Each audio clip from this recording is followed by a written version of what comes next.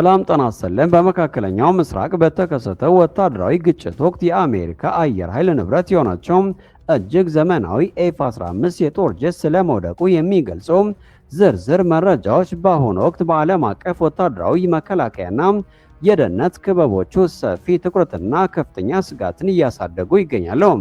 ከዚህ አስደንጋጭ ክስተት በሕይወት ከተረፈው ፓይለት በተገኘውና ለደህንነት ባለስልጣናት በሰጠው ዝርዝር ወታደራዊ ምስክርነት መሰረት በአየር ላይ ባልተለመደ መልኩ የተደራጁና እጅግ በተቀናጀ መልኩ ከፍተኛ ፍጥነት ያለው እንቅስቃሴ የሚያደርጉ የኢራን ድሮኖችን በአቅራቢያው ተመልክቷል። ፓይለቱ እነዚህ ድሮኖች በአየር ላይ በጋራ በመሆን ልክ እንደ ህያው አካል የሚንቀሳቀሱትን እና በአንድ ላይ ሆነው እንደ ጄሊፊሽ ወይም የፊኛ ዓሳ አይነት ቅርጽ ተሰርተው የሚበሩበትን ሁኔታ ገልጸዋል። ይህ አይነቱ እጅግ የተደራጀ በረራ ወታደራዊ ተንታኞች ኢራን የረቀቀ የድሮን መንጋና እርስ በርስ መረጃን በፍጥነት የሚለዋወጡበትን ሜሽ ኔትወርክ ቴክኖሎጂን በተግባር ላይ እየዋለች ስለመሆኑ ጥያቄዎች እንዲነሱ አድርጓል። ይህ የረቀቀ ቴክኖሎጂ ድሮኖች ያለምንም ምድር መቆጣጠሪያ ጣቢያ እርስ በርስ መረጃን በቀጥታ እንዲለዋወጡና አንዱ ድሮን በሚመታበት ወይም የራዳር መስተጓጎል በሚገጥመው ጊዜ ሌሎቹ በራሳቸው ጊዜያዊ ውሳኔዎችን እና መረጃዎችን በማስተላለፍ የተሰጣቸውን ተልዕኮ በተሳካ ሁኔታ እንዲቀጥሉ የሚያስችል ነው። የዚህ አይነቱ የድሮን መንጋ ስኬት የሚመሰረተው በኤሌክትሮኒክስ ጣልቃ ገብነት እና በጂፒኤስ ማወናበጃ ስልቶች ላይ ባላቸው የመከላከያ አቅም ላይ ነው። በተለምዶ ወታደራዊ ድሮኖችና ከምድር መቆጣጠሪያ ጣቢያዎች ጋር ባላቸው ቀጥተኛ ግንኙነት ላይ የሚመሰረቱ ሲሆን ይህ ግንኙነት በኤሌክትሮኒክስ ጦርነት አማካኝነት በቀላሉ ሊቋረጥ ይችላል። ይሁን እንጂ የኢራን ድሮኖች ተጠቅመውበታል የተባለው የሜሽ ኔትወርክ አወቃቀር እያንዳንዱን ድሮን የራሱ የሆነ ራሱን የቻለ የመገናኛ መስቀለኛ መንገድ ያደርገዋል።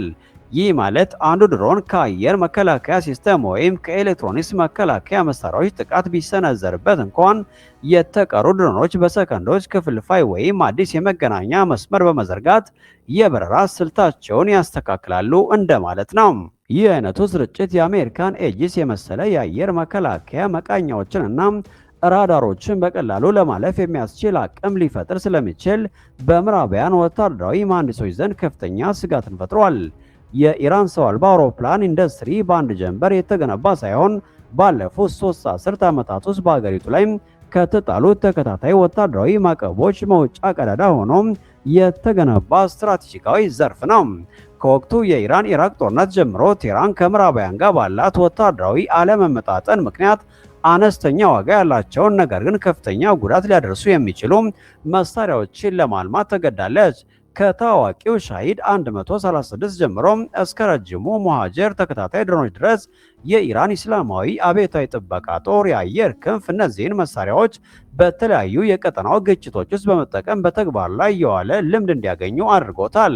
ይህ የውጭ ቴክኖሎጂ አቅርቦትን በማለፍ በሀገር ውስጥ የሚመረቱ የኤሌክትሮኒክስ ክፍሎችን እና የሲቪል አጠቃቀም ያላቸውን ቴክኖሎጂዎች ወደ ወታደራዊ መሳሪያነት በመቀየር ረገድ ትልቅ ስኬት እንዲያስመዘግቡ ረድቷቸዋል። ይህ የድሮን ቴክኖሎጂ ስጋት ባለበት ወቅት የኢራን የባለስቲክ ሚሳኤል ፕሮግራም ለሀገሪቱ ህልውና ወሳኝ የሆነ ቀይ መስመር መሆኑን ቴህራን በድጋሚ እያረጋገጠች ትገኛለች።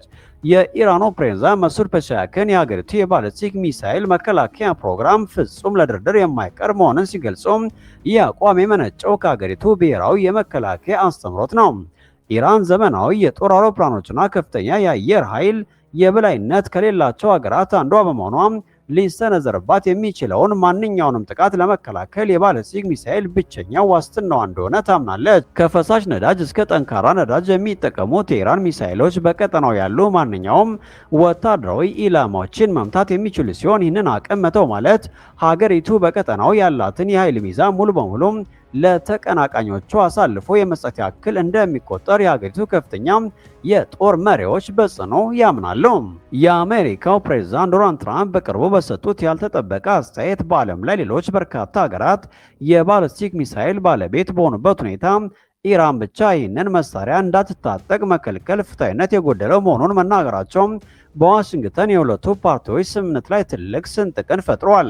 የትራምፕ አቋም በአሜሪካ የውጭ ጉዳይ መዋቅር ላይ ከፍተኛ ድንጋጤን የፈጠረ ሲሆን በተለይም የኢራንን የሚሳኤል ስጋት ለመቆጣጠር ከሚፈልጉት እንደ እንግሊዝ፣ ፈረንሳይና ጀርመን ካሉ የአውሮፓ አጋሮች ጋር አዲስ አለመግባባት ሊፈጠር እንደሚችል ይገመታል።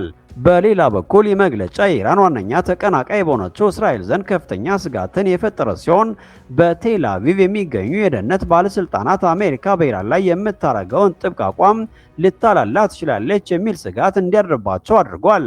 የፓኪስታኑ ጠቅላይ ሚኒስትር ሸህባዝ ሻሪፍ ከዶናልድ ትራምፕ ጋር ያላቸውን ዲፕሎማሲያዊ ግንኙነት ለማጠናከርና ቀጣዩን የአሜሪካ አስተዳደር ለመቅረብ በሚያደርጉት ጥረት በክልሉ ባሉ ሀገራት የመከላከያ አቅም ላይ የሚታየው ድርብ መስፈርት መቆም እንዳለበት መግለጻቸው አዲስ ዲፕሎማሲያዊ መስተጋብር ፈጥረዋል። ፓኪስታን ራሷ የኒኩሌርና የባለስቲክ ሚሳይል ባለቤት የሆነች ሀገር እንደመሆኗ መጠን በኢራን ላይ የሚጣለው ተመሳሳይ ጫና ወደፊትም በሷ ላይ ሊነሳ እንደሚችል ትገነዘባለች።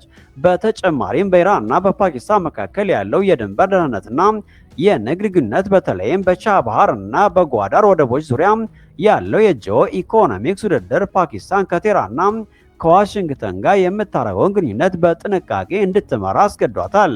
ይህም በቀጠናው አዲስ የመከላከያና የኢኮኖሚ ጥምረት ሊፈጥር እንደሚችል ተገምቷል።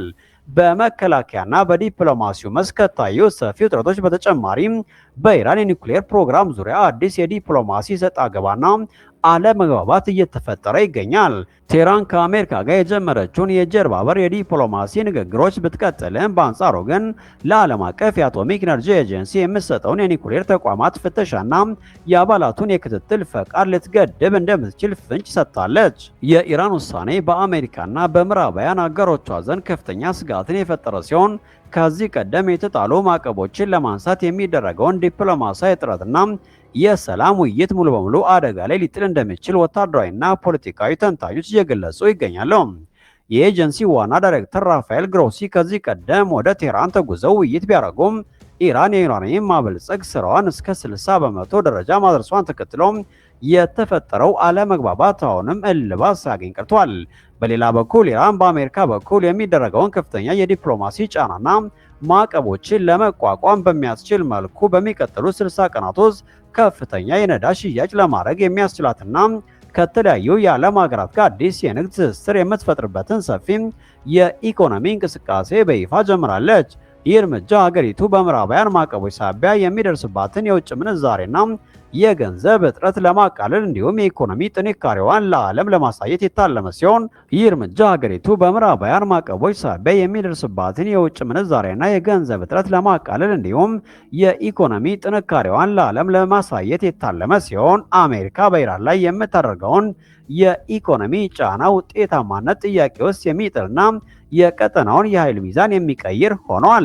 ኢራን ይህንን የነዳጅ ሽያጭ ለማከናወን የተለያዩ የሚስጥር የመርከብ ስብስቦችን እና የገንዘብ ማስተላለፊያ መንገዶችን የተጠቀመች እንደሆነ የሚገልጽ ሲሆን ይህም የምዕራባውያንን ማዕቀቦች ሙሉ በሙሉ ለማምከን ያላትን ቁርጠኝነት ያሳያል። በመሆኑም በመከላከያ በዲፕሎማሲና በኢኮኖሚ ረገድ እየታዩ ያሉ እነዚህ ለውጦች በቀጠናው ያለውን ተጽዕኖ በቅርበት መከታተላችን እንቀጥላለን። እናንተስ በዚህ ጉዳይ ላይ ምን አስተያየት አላችሁ? ሀሳባችሁን በኮሜንት ላይ አጋሩን። ጤና ይስጥልን።